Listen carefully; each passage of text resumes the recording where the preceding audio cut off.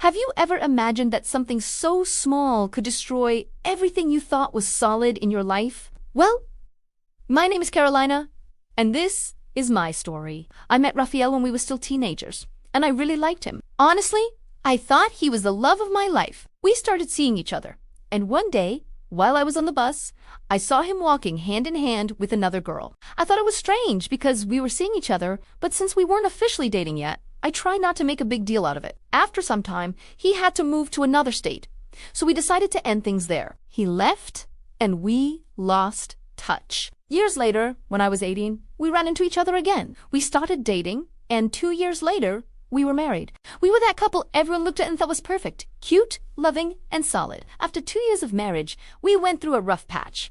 He broke up with me. He said he wasn't happy anymore, and didn't want to try to save the marriage. I was devastated. Completely broken. I cried every tear I had. Still, deep down, I hoped we might find our way back to each other. 6 months later, we did reconcile. We traveled together, and for a while, things felt really good again, until the day I needed an important document and couldn't find it anywhere. I searched the entire house. Finally, I decided to check my husband's wallet. I asked him for it, and he refused. He said it wasn't there.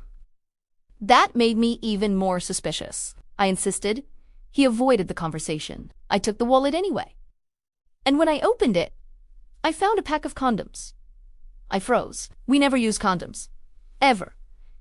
I asked him right away, "Wait, what is this?" And he answered, completely calm, "Oh, a friend of mine put that there just to mess with me." I remember thinking, what kind of friend does that? I didn't believe that story. I barely slept that night. I went to work the next day and couldn't stop thinking about it. When I got home, I asked him to talk and told him I couldn't do this anymore. I ended the marriage. What shocked me the most was how easily he accepted it. He packed his things and left. I moved out to... I was a mess. I lost almost 20 pounds and had no idea what to do with my life. Sometime later, I decided to turn on the computer we used to share.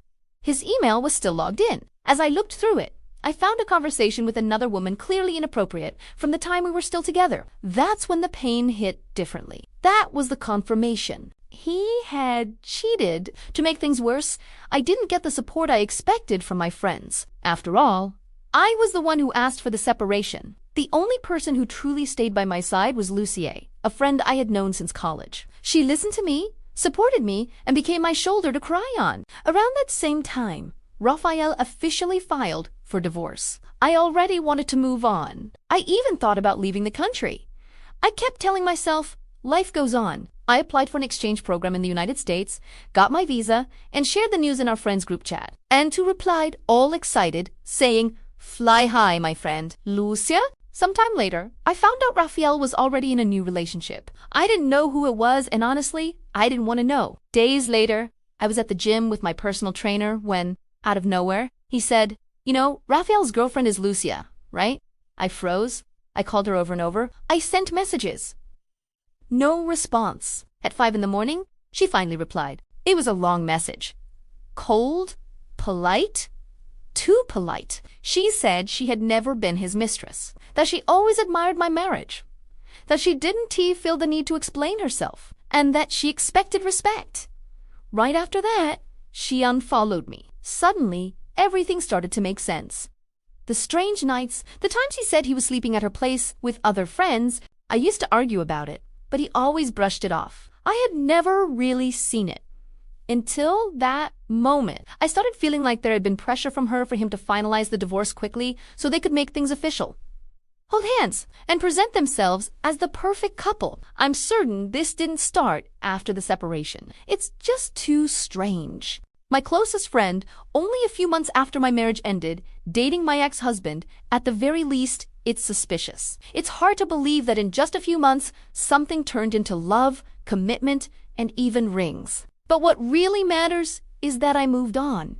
Today, my bags are packed. I'm heading to the United States to start over. Now I see it was a blessing in disguise. It was sad, painful, confusing, but it passed.